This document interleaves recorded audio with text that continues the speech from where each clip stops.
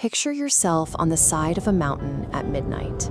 The wind is howling, the temperature has dropped to -30 degrees Celsius, and the snow is swirling so violently you can't see your own hands. At this moment, something occurs that is so instantly terrifying that you grab a knife, slice open the heavy canvas of your own tent from the inside, and sprint out into that lethal storm. This is the documented reality of the Dyatlov Pass Incident. In the winter of 1959, 9 hikers ran out into the remote Ural Mountains of Russia, leaving their cold weather gear behind. None of them survived. To understand what happened, we have to look at the physical footprint of the camp and figure out what specific threat could make freezing to death feel like the only means of escape.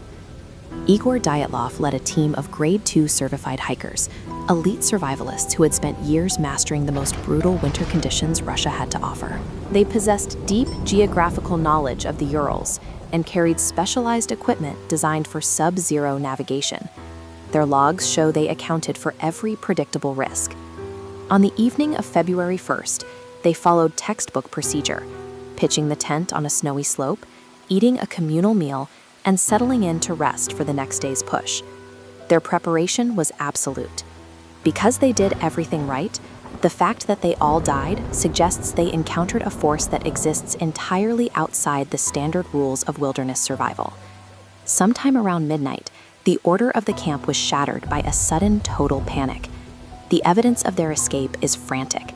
Instead of unlacing the front entrance, they took a blade directly to the side of the tent and forced their way out into the freezing darkness. When searchers found the site weeks later, authorities initially concluded that a sudden avalanche had crushed the campsite and driven the group out. But the topographical data contradicts that theory. Notice the lack of massive snow displacement and the continuous footprints leading away. A lethal avalanche would have buried the entire site. Instead, 9 distinct sets of tracks were found perfectly preserved, proving the group fled on foot. The spatial layout of the camp tells a story of a deliberate, desperate retreat, making the official avalanche narrative physically impossible. Those frantic footprints lead nearly a full mile down the slope, descending directly into a dense, dark tree line. Under a large cedar tree, search teams found the remains of a makeshift fire, a final, desperate attempt to generate heat in -30-degree weather. Next to that fire were the first 2 bodies. Both were found in their underwear and were completely barefoot in the snow. Discarding clothes in a blizzard is a symptom of extreme physiological and psychological breakdown.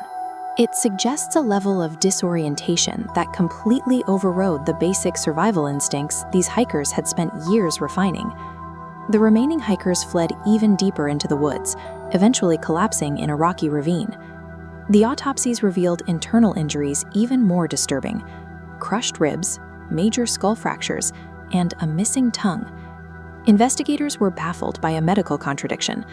The internal trauma matched a high-speed impact, yet there were no external bruises, cuts, or tissue damage on the skin. The case file notes further anomalies that don't fit a natural death.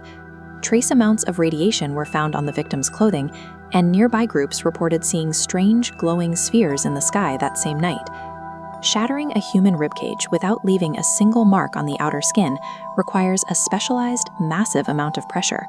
This pulverization rules out any standard animal attack or natural weather event. The presence of radiation and aerial lights suggests the hikers may have stumbled into the perimeter of a classified Soviet military or aerospace weapons test. Scientists have also proposed infrasound panic, a rare phenomenon where wind creates low-frequency sound waves that can trigger intense psychological terror and physical distress in the human ear. However, both theories fail under scrutiny. An aerospace accident would leave physical debris or shrapnel wounds, and while sound waves can cause fear, they cannot physically fracture a human skull. Every hypothesis addresses a single anomaly while ignoring the others. The evidence points in incompatible directions, leaving a final record where no single theory reconciles all the physical findings. Faced with these contradictions, the Soviet government abruptly closed the investigation, concluding only that the deaths were the result of an unknown compelling force. Decades later, despite our modern understanding of mountain physics and survival, the specific sequence of events on that February night remains entirely blank.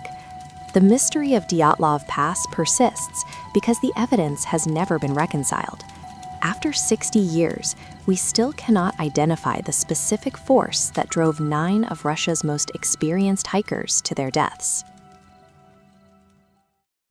Some stories should never be uncovered.